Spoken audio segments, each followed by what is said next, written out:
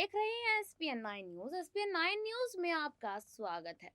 अक्सर हम महाराष्ट्र को लेकर यहाँ पर शिवसेना के मामले को लेकर बात करते थे और हमेशा हमारी खबर में आप देखते थे कि ये सुप्रीम कोर्ट का मामला क्या है, चुनाव आयोग का मामला क्या है, शिवसेना का मामला क्या है। लेकिन आज हम आपको जो बताने जा रहे हैं वो थोड़ा सा कुछ हटकर है। देखिए, यहाँ पर ईडी और सीबीआई को लेकर जो बहुत ही ज़्यादा चर्चा हो रही है, क्योंकि अगर आपको यहाँ बता दें कि जिस तरीके से यहाँ शिवसेना सांसद संजय राउत को ईडी की गिरफ्तारी में लिया गया था और उसके तुरंत थोड़ी देर बाद उनकी पत्नी वर्चा राउत पर भी समन भेजे गए थे। अब यहाँ पर जो मेन टारगेट किए गए हैं वो है उद्धव ठाकरे। हम आपको ऐसा इसलिए कह रहे हैं क्योंकि यहाँ पर जो जो पार्टी और जो जो व्यक्ति, जो जो नेता और मंत्री बीजेपी से अलग है, उनका ईडी पर शिकंजा जरूर होगा। देखिए, यहाँ पर आपको बता दें कि संजय राउत यहाँ पात्रा चावल घोटाले में उनका नाम आया था और उनसे पूछताछ भी की गई थी। उससे पहले सोनिया गांधी से यहाँ ईडी की पूछताछ की गई थी, वो भी 3 दिनों तक ईडी के दफ्तर में। उससे पहले राहुल गांधी से यहाँ काफी घंटों पूछताछ की गई थी और इसी बीच यहाँ सचिन पायलट और प्रियंका गांधी को सड़क से उठाकर गिरफ्तार कर लिया गया था। इसका मतलब इस वक्त जो देश के अंदर हवा चल रही है वो ईडी और सीबीआई के चल रही है। अगर यहाँ मैं बिहार की चर्चा करूं तो शायद बिहार में बीजेपी को बाहर निकालने का जो नतीजा अब तेजस्वी यादव और नीतीश कुमार को झेलना पड़ रहा है वो है ईडी और सीबीआई। तेजस्वी यादव ने यहाँ पर एक बयान दिया था जिस दौरान उनके विधायकों के यहाँ पर ईडी का छापा पड़ा था। तो तेजस्वी यादव ने ये कहा था कि बीजेपी के दो जमाए ईडी और सीबीआई, और वाकई में ये बात एकदम 100% सच है कि जो पार्टी बीजेपी से अलग होकर चलेगी, बीजेपी के नेताओं के खिलाफ मुंह खोलेगी, उसके यहाँ पर ईडी और सीबीआई को आने में देर नहीं लगेगी। वैसा ही कुछ उद्धव ठाकरे के साथ होने वाला है। यहाँ पर आशंका जताई जा रही है कि उद्धव ठाकरे पर भी अब ईडी का शिकंजा कसने वाला है। अब यहाँ अगर बात करें मातोश्री की और उद्धव ठाकरे की संपत्ति को लेकर, तो यहाँ रश्मि ठाकरे का नाम भी आ सकता है और आदित्य ठाकरे का, और यहाँ पर तेजस ठाकरे का नाम भी आ सकता है। अब यहाँ पर ये देखना होगा कि आखिरकार उद्धव ठाकरे पर ईडी अगर शिकंजा कसती है तो उद्धव ठाकरे पर क्या आरोप लगाए जाते हैं। क्या उनके मातोश्री को लेकर यहाँ पर गिरफ्तारी होगी या फिर उनकी संपत्ति को लेकर? आइए बताते हैं आपको अपनी इस रिपोर्ट में कि आखिरकार उद्धव ठाकरे के पास किस हद तक की संपत्ति है जो ईडी उनसे पूछताछ कर सकती है। हम आपको बताने जा रहे हैं कि महाराष्ट्र के पूर्व मुख्यमंत्री उद्धव ठाकरे ने ये घोषित किया था एक बार कि उनके परिवार के पास 143 करोड़ रुपए की चल और अचल संपत्ति है।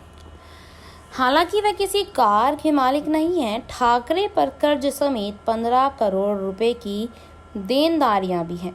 भारत निर्वाचन आयोग को सोमवार को दिए हलफनामे में ठाकरे ने अपनी संपत्ति और आय के स्रोतों के बारे में बताया है। हलफनामे के मुताबिक उनकी पत्नी रश्मि की आमदनी विभिन्न कारोबारी से होती है। वह शिवसेना के मुखपत्र सामना की संपादक भी थी। ठाकरे ने अपने हलफनामे में बताया कि उनके पास कोई कार नहीं है। उनके खिलाफ पुलिस में 23 शिकायतें दर्ज हैं, जिनमें से 14 सामना और दोपहर का सामना में मानहानिकारक सामग्री या कार्टून से संबंधित है। उन्होंने अपने दोनों बेटों को उन पर निर्भर नहीं बताया है, लिहाजा हलफनामे में उनकी संपत्ति और देनदारियों का जिक्र नहीं है। उद्धव ठाकरे के बड़े बेटे आदित्य ठाकरे महाराष्ट्र कैबिनेट में मंत्री हैं और पर्यावरण मंत्रालय का जिम्मा संभालते हैं। हलफनामे के मुताबिक उद्धव ठाकरे के पास 76 करोड़ रुपए की संपत्ति है, जिसमें से 52 करोड़ रुपए की अचल और 24 करोड़ रुपए की चल संपत्ति है। उनकी पत्नी के पास 65 करोड़ रुपए की संपत्ति है, जिसमें से 28 करोड़ रुपए की अचल और 36 करोड़ रुपए की चल संपत्ति है। इससे पहले दिन में ठाकरे और सत्तारूढ़ गठबंधन के 4 अन्य उम्मीदवारों ने 21 मई को होने वाले विधान परिषद चुनाव के लिए अपना नामांकन दायर किया। मुख्यमंत्री फिलहाल न विधानसभा के और न विधान परिषद के सदस्य हैं। इसी बीच यहाँ पर आपको बता दें कि सुप्रीम कोर्ट का फैसला आते ही उद्धव ठाकरे के खिलाफ यहाँ पर एक नई बातें निकलकर सामने आ रही हैं। आपको बता दें कि उद्धव ठाकरे ने घोषित की थी अपनी संपत्ति और उनके पास कोई कार भी नहीं है, लेकिन आपको यहाँ बता दें कि उद्धव ठाकरे की दौलत का 1/3 हिस्सा वो कहाँ देते हैं। एफिडेविट के अनुसार उनकी पत्नी और डिपेंडेंट के बैंक अकाउंट्स में 2.5 करोड़ रुपए जमा है। और अगर यहाँ पे आपको बता दें कि यह सभी सेविंग अकाउंट में जमा नहीं है, बल्कि कुछ अकाउंट फिक्स्ड डिपॉजिट के भी हैं। एफिडेविट के अनुसार उद्धव के 6 एफडी, उनकी पत्नी के नाम पर 4 एफडी और डिपेंडेंट के नाम 2 एफडी अकाउंट है। यह सभी एफडी अकाउंट्स लाखों रुपए में हैं।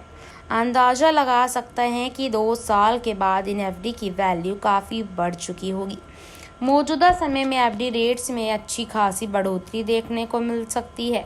जैसा कि हमने आपको जानकारी दी कि उद्धव ठाकरे की कुल नेटवर्थ 143 करोड़ रुपए से ज़्यादा है। ताज्जुब की बात तो ये है कि उनकी 1/3 से ज़्यादा असेट्स बॉन्ड, शेयर्स और डिबेंचर्स के रूप है। उद्धव ठाकरे, उनकी पत्नी और डिपेंडेंट के नाम पर 55 करोड़ रुपए से ज़्यादा शेयर्स, बॉन्ड और डिबेंचर्स हैं। तीनों ही नाम पर Maruti Suzuki, HCL, ICICI bank और रिलायंस इंडस्ट्रीज के शेयर हैं, जिनकी वैल्यू 2 सालों में काफ़ी बढ़ चुकी है। इसका मतलब है कि इन असेट्स की वैल्यू में और ज़्यादा इजाफा हो चुका होगा। अगर बात यहाँ पर अचल संपत्ति की करें तो उनके पास 81 करोड़ रुपए से ज़्यादा की है। उद्धव ठाकरे, उनकी पत्नी के नाम पर रेजिडेंशियल, नॉन रेजिडेंशियल, कमर्शियल और एग्रीकल्चर लैंड की भरमार है। उद्धव ठाकरे के पास 52 करोड़ रुपए की अचल संपत्ति है, जबकि उनकी पत्नी के पास 29 करोड़ रुपए की प्रॉपर्टी है। मतलब साफ है कि ठाकरे परिवार मौजूदा समय में महाराष्ट्र में सबसे अमीर राजनीतिक परिवारों में से एक है और इसी वजह से शायद आज यहाँ पर ठाकरे परिवार का महाराष्ट्र में एक अलग ही नाम है। ठाकरे परिवार का ही शिवसेना से जन्म हुआ था। इसी वजह से यहाँ शिवसेना को लेकर इतनी ज़्यादा लड़ाई चल रही है कि आखिरकार शिवसेना किसकी है और किसके हक में आएगी। ये देखना बड़ा ही दिलचस्प होगा कि आखिरकार सुप्रीम कोर्ट और चुनाव आयोग शिवसेना को किसके हाथों में दिया जाता है। ऐसी तमाम खबरों के लिए जुड़े रहिएगा SPN9 न्यूज़ के साथ और आपको हमारी रिपोर्ट कैसी लगी कमेंट बॉक्स में ज़रूर बताइएगा। धन्यवाद।